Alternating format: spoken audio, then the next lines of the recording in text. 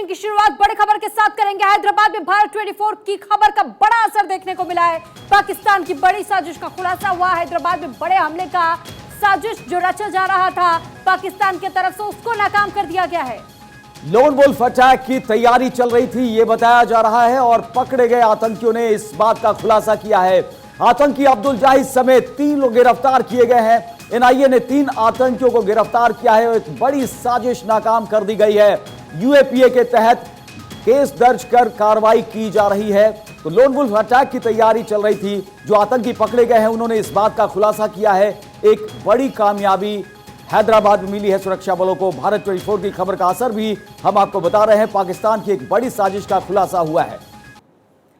तो ये बड़ी खबर आपको बता रहे हैं। हैदराबाद से जो 2 आतंकियों के नाम सामने आए थे उनको गिरफ्तार किया गया है एनआईए की टीम की तरफ से। एनआईए को इस बात के इनपुट्स मिले थे कि हैदराबाद में ये आतंकी छिपे हुए हैं, जिसके बाद से इनकी गिरफ्तारी हुई और उसके बाद अब इन्हीं आतंकियों ने खुलासा किया। लोन वुल्फ अटैक की तैयारी चल रही थी, पकड़े गए आतंकियों की तरफ से यह खुलासा किया गया। आतंकी अब्दुल जाहिद समेत 3 लोग गिरफ्तार किए गए हैं और तीनों की तस्वीर भी इस वक्त हम आपको दिखा रहे हैं। ये वही आतंकवादी और जिनके बारे में अब ये पता चला है कि पहले से लोन वुल्फ अटैक करने की साजिश रची जा रही थी और आतंकियों को गिरफ्तार फिलहाल कर लिया गया है।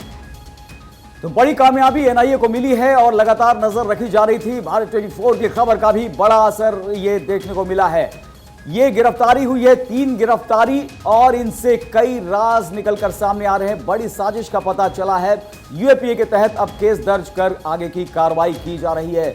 एक पाकिस्तानी साजिश और उस साजिश का पता चला है, उस साजिश नाकाम कर दी गई है। हैदराबाद में बड़े हमले की साजिश थी और इस साजिश को नाकाम कर दिया गया है।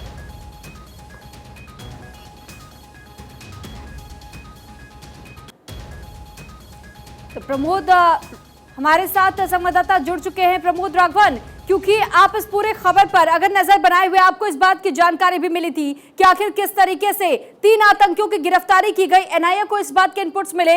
अब तक एनआईए को क्या सबूत इन आतंकियों के पास से पता चला है और क्या ऐसे पुख्ता सबूत हाथ लगे एनआईए के जिसके तहत ये गिरफ्तारी की गई है? देखिए, मैं सबसे पहले आपको बता दूं, खबर थोड़ी सी दुरुस्त कर दूं। ये जो तीनों अरेस्ट हुए हैं ये आज अरेस्ट नहीं हुए हैं। ये अरेस्ट हुए थे 2 अक्टूबर 2022 को, यानी पिछले साल इन तीनों की गिरफ्तारी हुई थी। और जब जाहिद की गिरफ्तारी हुई थी तो जाहिद के से जब पूछताछ हुई थी शुरुआती तौर पर, तब फरहतुल्लाह गोरी का नाम आया था, जिसको गृह मंत्रालय ने 3 तारीख को आतंकवादियों की सूची में, क्योंकि उसको लंबे समय से तलाश चल रही थी भारत में, और जब इसके जाहिद से जानकारी मिली थी तो फरहतुल्लाह गोरी को गृह मंत्रालय ने आतंकवादियों की सूची में डाल दी थी। और सबसे पहले हमने मोहम्मद जाहिद और समीउद्दीन और फारूक, ये जो 3 जो जिसमें में तस्वीरों में आप देख रहे हैं, इनकी गिरफ्तारी पिछले साल जब अक्टूबर में हुई थी तो सबसे पहले ही खबर ये मैंने ब्रेक करी थी। भारत 24 में सबसे पहले ब्रेक करी थी। और ताजा मामला इसमें केवल ये है कि एनआईए ने जो एफआईआर दर्ज करी है उसमें से ये खुलासा हुआ है कि ये बड़े अटैक की तैयारी में थे। तब हमने अक्टूबर में जानकारी दी थी कि 2 हैंड ग्रेनेड, 2 मोबाइल और 3,91,000 रुपए। बिल्कुल प्रमोद, यहां पर यह बात सामने आ रही है कि एक बड़े हमले की साजिश यहां पर ये रच रहे थे और ये बात निकलकर सामने आ रही है। लोन वुल्फ अटैक की तैयारी थी। किस तरीके से ये बातें सामने आई, किस तरीके से ये कड़ियां जोड़ी गई हैं? मैं वही कड़ी जोड़ रहा हूं। मैं उस समय हमने केवल ये खुलासा किया था कि बड़े अटैक की तैयारी में थे, उसकी जानकारी हमें मिली थी। लेकिन मैं आपको बता दूं, जो सार्वजनिक स्थलों पर और कुछ बीजेपी नेता भी इनके निशाने पर थे। और लोन वुल्फ अटैक का मैं बता दूं दर्शकों के लिए, लोन वुल्फ अटैक होता क्या है। ये होता है कि कोई एक अकेला आतंकवादी किसी बहुत ज्यादा भीड़ भाड़ वाले इलाके में जाकर जब कोई ग्रेनेड फेंक के या किसी भी तरीके का बड़ा नुकसान करने की आतंकी साजिश रचता है, उसको बोलते हैं लोन वुल्फ अटैक। और दूसरी एक महत्वपूर्ण बात मैं करण बता दूं कि 25 जनवरी को गृह मंत्रालय ने एक नोटिफिकेशन जारी किया था, एनआईए को बोला था कि इस पर कड़ी कार्रवाई की जाए। उसके बाद एनआईए इस बात पर लगातार जानकारी ले रहा था और उसके बाद जो एफआईआर दर्ज हुई, इसमें कई तरह के खुलासे केवल सार्वजनिक स्थल के नहीं, इनका नेटवर्क लश्कर से, इनका नेटवर्क आईएसआई से, और इनके हैंडलर्स जो थे उन्होंने इनको ग्रेनेड पहुंचाए थे। ये तमाम जानकारी जो ये है अब ये साफ हो चुकी है और एफआईआर में एनआईए की ये खुलासा हुआ है। ताजा जो जानकारी वो ये है। लेकिन सबसे बड़ी इसमें बात ये है कि इन स्लीपर सेल्स जो हैदराबाद में काम कर रहे हैं, और कारण आपको पता होगा कि हैदराबाद एक बहुत सेंसिटिव प्लेस है। वहां जब भी कोई आतंकवादी हमला होता है तो उसका असर पूरे देश में बहुत बड़े स्तर पर होता है। बिल्कुल। और यही तैयारी थी, इसी वजह से हैदराबाद को चुना गया था। लेकिन एनआईए ने समय रहते उस चीज के, उस समय जो 2 अक्टूबर को गिरफ्तारी हुई और जो 3 अक्टूबर को, जो मैं बहुत बड़ी बात बता रहा हूँ कि फरहतुल्लाह गोरी, जिसको हमने खबर भी चलाई थी, 2 अक्टूबर की गिरफ्तारी भी चलाई थी, और फरहतुल्लाह गोरी को जब गृह मंत्रालय की सूची में, आतंकवादी की सूची में डाला गया था, तो ये खबर भी हमने दो दिन बैक टू बैक हमने खबर को दर्शकों के सामने सबसे पहले रखा था। तो निश्चित तौर पे एनआईए की इसमें जो खुलासा ठीक है प्रमोद, भारत 24 ठीक है, लौटेंगे आपके पास। रवि और महिमा भी हमारे साथ बने हुए हैं। सबसे पहले रवि, मैं आपका रुख करना चाहूंगी क्योंकि आप इस वक्त दिल्ली में मौजूद, और ऐसे में दिल्ली के हालात भी, इसको लेकर हम समझना चाहेंगे कि क्या दिल्ली में भी इस तरीके के कोई अलर्ट्स अब तक जारी किए गए? एनआईए लगातार एक्टिव मोड पर इस वक्त काम कर रहा है।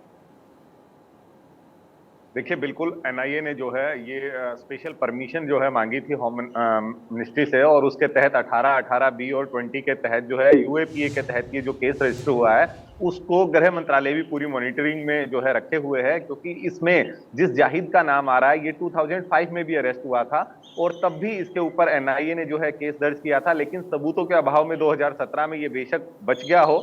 अब जिस तरह का इन्होंने ये पूरा षड्यंत्र रचा था, इनका ये तो टारगेट था ही था कि भीड़ को निशाना बनाना, लेकिन एक छोटे वेपन से, यानी कि जो आसानी से भीड़ में सुरक्षा के लिहाज से बच गया और वो वहां तक लेकर पहुंचे और भीड़ को जो है टारगेट करे, यानी कि किसी चाकू से, नुकीली चीज से, हैंड ग्रेनेड से ज्यादा लोगों को नुकसान पहुंचाना। और हैदराबाद ही केवल नहीं इनके पॉइंट पे था, यानी कि देश के बड़े शहर जिसमें दिल्ली भी शामिल है, कोलकाता भी शामिल है, ये वो बड़े शहर थे जहां पर लॉ एंड ऑर्डर की प्रॉब्लम को जो है वो डिस्टर्ब करना, हिंदू मुस्लिम के दंगे करवाना, ये इनका मेन टारगेट था। और पूरा का पूरा जो ऑपरेशन ऑपरेट हो रहा था वो पड़ोसी देश पाकिस्तान से लश्कर तोयबा जो है वो इनके आका के रूप में काम कर रहे थे। और अब गृह मंत्रालय ने बेहद सख्ती जो है इस मामले में दिखाई है। और एक बड़ा इनपुट में ओनली भारत 24 के दर्शकों के लिए कि इंटरपोल की मदद जो है आज इसमें ली जा रही है, और लगातार जो है इंटरपोल से वीडियो कॉन्फ्रेंसिंग के जरिए मिस्टर गुप्ता जो एनआईए चीफ है वो आज 12 बजे जुड़ेंगे और इसमें आगे बिल्कुल ये बड़ी खबर दे रहे हैं रवि के इंटरपोल की भी मदद ली जा रही है। और एनआईए ये तार कहां से जुड़े हुए हैं, उस तार को और उस तह तक पहुंचने की पूरी कोशिश कर रही है। रवि आप हमारे साथ बने रहिए। और अब महिमा भी हमारे साथ न्यूज रूम से जुड़ी हुई है। महिमा, आपसे जानना चाहेंगे कि जिस तरीके से भारत 24 की खबर का असर हुआ है, एक बहुत बड़ी साजिश थी, उस साजिश को नाकाम कर दिया गया है। हैदराबाद एक गढ़ के रूप में उभरता हुआ सामने आ रहा है जहां साजिशें रची जा रही है। किस तरीके से अब एनआईए की एक्टिविटीज, कार्रवाई आगे चल रही है? अब पूरी तरीके से एक्शन मोड में एनआईए और गृह मंत्रालय, साफ तौर पर उसका रुख काफी सख्त है। जी करुण जी, आपने बिल्कुल सही कहा है कि एक्शन मोड में अब पूरी तरह से एनआईए आ चुकी है और इसके अलावा केंद्र सरकार भी इसको लेकर पूरी तरह से अलर्ट है। जैसे कि प्रमोद राघवन जी ने उस वक्त ये खबर ब्रेक की थी अक्टूबर की, अगर आपको जानकारी दी तो अक्टूबर में उन्होंने इस खबर को लेकर विस्तार से जानकारी दी थी और फिर ये बताया था कि कैसे कैसे यहाँ पर गिरफ्तारियां हुई है। लेकिन भारत 24 देखिए खबर सिर्फ दिखाता ही नहीं है बल्कि उस खबर पर असर भी करवाता है, और यहाँ पर देखिए बड़ी खबर का असर अब हो चुका है। जैसे कि कुछ देर पहले जानकारी प्रमोद राघवन जी भी दे रहे थे, क्योंकि यहाँ पर बड़ी आतंकी साजिश को नाकाम यहाँ पर हमारी जो सुरक्षा एजेंसियां उन्होंने किया। कुछ देर पहले भी बड़ी खबर के तौर पर हमने बताया था किस तरह से पाकिस्तान की तरफ से ड्रोन इधर भेजा गया था और सीमा पर हमारी सुरक्षा बल चूंकि पूरी तरह से तैनात थे और उस ड्रोन को मार गिराया था। लगातार पाकिस्तान की तरफ से इस तरह की नापाक हरकतें सामने आती है और एक बार फिर से बड़ी खबर निकलकर सामने आई, जो आतंकी पकड़ा गया वो भी पाकिस्तान के इशारे पर काम करता था, लश्कर तैयबा के और आईएसआई के संगठनों के साथ जुड़ा हुआ था। प्रमोद राघवन ने भी विस्तार से जानकारी दी और रवि यादव ने भी बताया कि किस तरह से अब एनआईए इस पूरे मामले की जांच कर रही है। देखना यह होगा कि कैसे इन लोगों पर कार्रवाई आगे की जाती है, क्योंकि देखिए यहां पर बड़ी खबर यह थी कि विस्फोट किया जा सकता था। इसके अलावा लोन वुल्फ अटैक की जानकारी भी मिल रही थी। लोन वुल्फ अटैक दरअसल आतंकी एक भीड़ वाली जगह पर जाता है और उस भीड़ वाली जगह पर जाकर वहां पर या तो हमला करता है, विस्फोट करता है या फिर चाकुओं से हमला कर सकता है। तो ऐसे खतरनाक आतंकियों को पकड़ना जरूरी है और इसीलिए एनआईए हो या फिर अलग अलग हमारी सुरक्षा एजेंसियां वो पूरी तरह से अलर्ट है और भारत 24 के जो रिपोर्टर्स है वो भी ग्राउंड पर पूरी तरह से तैनात है। हर जानकारी सबसे पहले भारत 24 आप तक पहुंचाता है और ये भी बड़ी खबर निकलकर सामने आ रही कि जो 3 आतंकी पकड़े गए थे अक्टूबर में, अब आगे और एक्शन लिया जाएगा और आगे ये देखना होगा कि किस तरह से सुरक्षा एजेंसी बिल्कुल आगे कुछ और क्या उनका एक्शन होने वाला था। रवि, एक संक्षेप में आपसे जानना चाहेंगे, जैसा कि प्रमोद ने बताया, जैसा कि महिमा बता रही हैं, लोन वुल्फ अटैक कितनी बड़ी ये चुनौती सुरक्षा एजेंसियों के सामने, क्योंकि रिकॉर्ड नहीं होता है कुछ उस शख्स का जो कि भीड़ भाड़ वाले इलाके में जाकर विस्फोट को अंजाम दे दे। उस चुनौती से निपटने की कैसी तैयारी चल रही है? देखिए, आज दो बड़ी महत्वपूर्ण बैठकें जो है इसको लेकर होने वाली है। दिनकर गुप्ता जो एनआईए चीफ हैं, वो गृह मंत्रालय के और अधिकारियों के साथ, जिसमें अजीत डोभाल जो है वो पूरा इस पूरे मामले को जो है खुद मॉनिटर कर रहे हैं, क्योंकि वो इसे किसी भी सूरत में हल्के में नहीं ले रहे। क्योंकि आने वाले दिनों में जिन राज्यों में चुनाव है, भीड़ भाड़ की रैलियां हैं और जिन बाजारों में ज्यादा भीड़ रहती है, और खासकर दिल्ली का जो अभी मैंने ताजा जानकारी देखी है कि दिल्ली का जो सदर बाजार है वो भी इनके जो है निशाने पे था, क्योंकि वहां खासी भीड़ रहती है। चांदनी चौक है, कनॉट प्लेस जो एक वीआईपी एरिया है, वो इनके निशाने पे था। ऐसे चौंकाने वाले खुलासे हो रहे हैं कि इस तरह से जो हैंड ग्रेनेड इनको पाकिस्तान के अपने हैंडलर से मिले थे और चाकुओं से हमला करना, यानी कि एक माहौल बिगाड़ने वाली देश में कोशिश थी। यानी कि एक सीरियल वार जो है वो लगातार एक ही दिन में कई जगह पे इस तरह की घटनाओं को करना और सरकार को अस्थिर करना, यानी कि उनका ध्यान भंग करना, और सरकार में यानी कि गृह युद्ध जैसे हालात करना, ताकि आम जन को ये लगे कि सरकार जो है आम आदमी की सुरक्षा करने में विफल रही है। इसको लेकर एनआईए चीफ दिनकर गुप्ता और अपनी पूरी टीम इंटरपोल की मदद से, मैं अपने दर्शकों को बता दूं कि 12 बजे एक बार फिर से इंटरपोल के साथ कनेक्ट होने वाले हैं, और ये एक बेहद गंभीर मामला है और किसी भी सूरत में गृह मंत्रालय और देश की बड़ी एजेंसियां इसे हल्के में नहीं ले रही। जी चलिए, आप बने रहिए हमारे साथ और बताना चाहेंगे यहां पर कि आखिर इस साजिश का पर्दाफाश कैसे हुआ, खुलासा कैसे हुआ, क्योंकि सुरक्षा एजेंसियां खासतौर पर एनआईए यहां पर लगातार आगे बढ़ रही थी, इंटरपोल की भी मदद ली जा रही थी। अक्टूबर में हैदराबाद से 3 लोग गिरफ्तार हुए थे, आपको बता दें, और लगातार जो है आतंकवादी हमलों की योजना बनाने का उन पर आरोप लगाया गया था। तो यूएपीए के तहत में केस भी दर्ज किया गया था, ये जानकारी इनके खिलाफ सामने आई थी। और साथ ही साथ ये भी बता दें कि मास्टरमाइंड अब्दुल जाहिद को लेकर के कई बड़े खुलासे भी किए गए थे। आतंकवाद से जुड़े अन्य मामलों में शामिल होने का आरोप है, और साथ ही लोन वुल्फ अटैक करने की साजिश इनकी तरफ से रची जा रही थी। जाहिद के लश्कर तैयबा आईएसआई से संबंध भी बताए जा रहे हैं। तो पाक हैंडलर्स के निर्देश पर काम किया करते थे ये तीनों आतंकी, और साथ ही 2005 में भी गिरफ्तार किया जा चुका था। आत्मघाती बम मामले में गिरफ्तारी हुई थी, सबूतों के अभाव में, हालांकि 2017 में रिहा भी हो गया था। तो ये साजिश, इसका खुलासा कैसे हुआ, ये हम आपको बता रहे हैं। और प्रमोद राघवन हमारे साथ जुड़े हुए हैं, हमारे सभी संवाददाता हमारे साथ जुड़े हैं। प्रमोद का रुख करेंगे। प्रमोद, जिस तरीके से हमने दिखाया कि कैसे इस साजिश का खुलासा हुआ है, लेकिन चुनौती अभी भी बरकरार, ये कहा जा सकता है। बिल्कुल करण, बिल्कुल आपने बिल्कुल सही कहा। और मैं सबसे पहले एक बात और इसमें जोड़ना चाहूंगा कि जो जानकारी एक और मुझे मिली है कि जो हैदराबाद में जो गिरफ्तारी हुई थी, कुछ स्लीपर सेल्स एनआईए के नेटवर्क में है, उनके राडार पर है।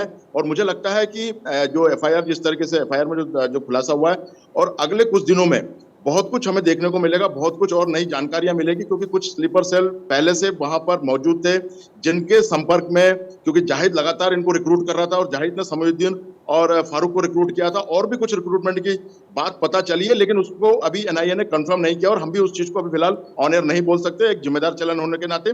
लेकिन इतनी पुख्ता जानकारी मैं दे रहा हूं कि कुछ और हैंडलर जो हैंडलर्स के माध्यम से जो टच में थे, और जाहिद ने जिनसे संपर्क किया था, जिनको रिक्रूट किया था, उनकी जानकारी भी बहुत जल्दी एनआईए जो है अपने अगली एफआईआर, सप्लीमेंट्री एफआईआर में हम जो भी कहें आगे जोड़ सकती है। तो निश्चित तौर पे आपने जिस तरीके से बात उठाई कि अब बहुत महत्वपूर्ण हो जाता है ये जांच, और न केवल हैदराबाद की बात कर रहा हूं, बल्कि चाहे वो केरल की बात हो, तेलंगाना की बात हो, या पूरे एनआईए की, जब बिहार में जिस तरीके से गिरफ्तारी हुई है, अभी जम्मू कश्मीर में गिरफ्तारियां हुई है, एनआईए बहुत तेजी से काम कर रही है, क्योंकि एक बहुत बड़ा राडार, एक बहुत बड़ा नेटवर्क कहीं ना कहीं देश के बाहर से देश को हमारे नुकसान पहुंचाने के लिए कोशिश, लगातार साजिश रची जा रही है।